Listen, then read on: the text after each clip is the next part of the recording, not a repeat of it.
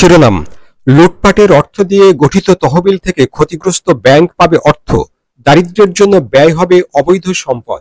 বিস্তারিত: সরকার লুটপাটের মাধ্যমে আত্মসাৎ করা অর্থ ও শেয়ার ব্যবস্থাপনায় একটি পৃথক তহবিল গঠন করতে যাচ্ছে। এই তহবিল থেকে ক্ষতিগ্রস্ত ব্যাংকগুলোকে অর্থ দিয়ে আমানতকারীদের টাকা ফেরত দিতে সহায়তা করা হবে।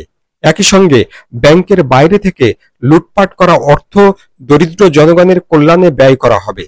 সোমবার ফরেন সার্ভিস একাডেমিতে আয়োজিত সংবাদ সম্মেলনে বাংলাদেশ ব্যাংকের গভর্নর আহসান এইচ মনসুর এ তথ্য জানান।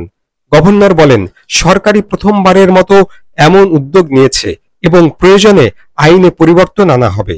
তিনি জানান, ইসলামী ব্যাংকে এস আলম গ্রুপের 12 থেকে 15 হাজার কোটি টাকার শেয়ার জব্দ করা হয়েছে, যা একটি স্ট্র্যাটেজিক বিনিয়োগকারীর কাছে হস্তান্তর করে আমানতকারীদের অর্থ ফেরত দেওয়া হবে।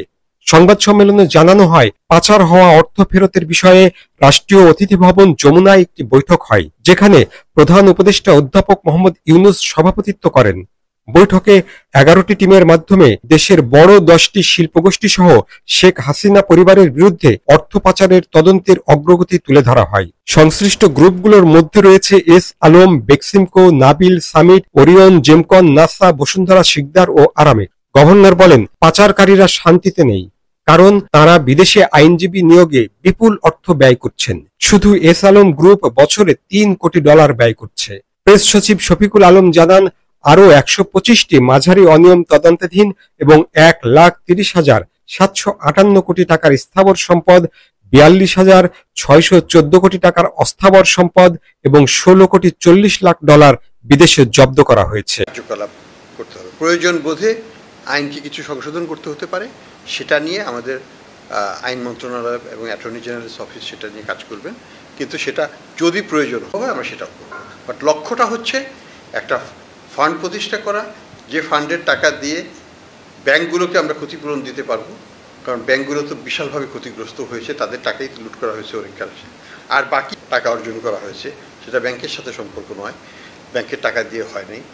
সেই ক্ষেত্রে সেই ধরনের সম্পদ, সেগুলো যেটা ব্যাংকের সাথে না, যেটা কোলেটারালাইজ না, সেই প্রপার্টিগুলোকে তখন সরকার তাদের আরেকটা ফান্ডে নিয়ে জনহিতকর কাজে সেটাকে ব্যয় করবে, কিন্তু সবই আইনগতভাবে করা হবে। আইন নগদের ব্যাপারে আমাদের পজিশন সুস্পষ্ট।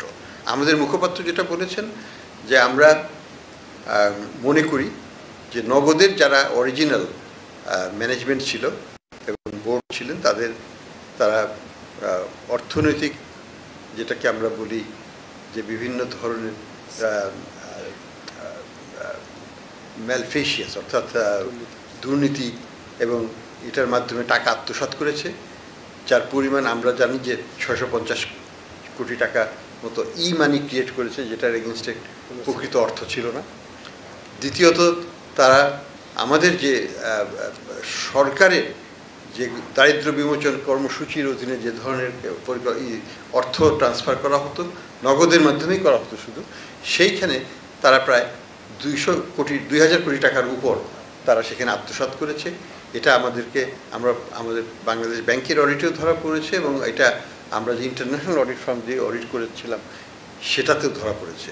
তো আমরা মনে করি যে আমরা তাদের হাতে কোনো মতেই এই নগদের কার্যক্রম আবার ফেরত যাওয়াটা উচিত নয়।